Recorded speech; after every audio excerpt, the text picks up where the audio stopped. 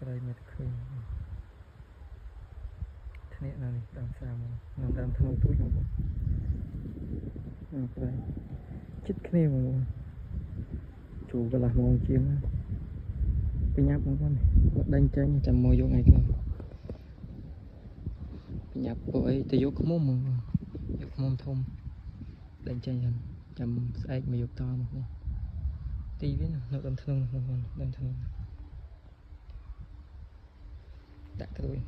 ដាក់ក្រួយដើមនេះឡៃតែដាក់ក្រួយបងប្អូនចូលបានលេងអាឡូទេទស្សនាតបងប្អូនចូលទស្សនាគ្នាជួបគ្នាវីដេអូក្រោយបងប្អូននិយាយចង់អត់ច្បាស់ស្ដានេះពីរនេះដាក់ទៅនេះចិត្តផ្លូវបងប្អូននេះអាឡូអត់ទៅចេះបើឡើយថ្ងៃណាទៅចេះលេងបានតែមកបកងទេបងប្អូនអើយឡៃតែដាក់ក្រួយបងប្អូនហើយណាមួយខ្យល់ទៀតបងប្អូនមើលខ្យល់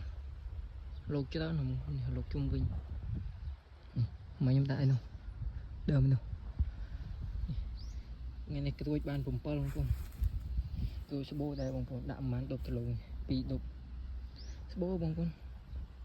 តែមេឃវាស្ទុំល្អផងហើយណាមួយវាខ្យល់ទៀតបើគុំខ្យល់ច្រើនបងប្អូនដាក់បានច្រើនគឺដែងបងប្អូន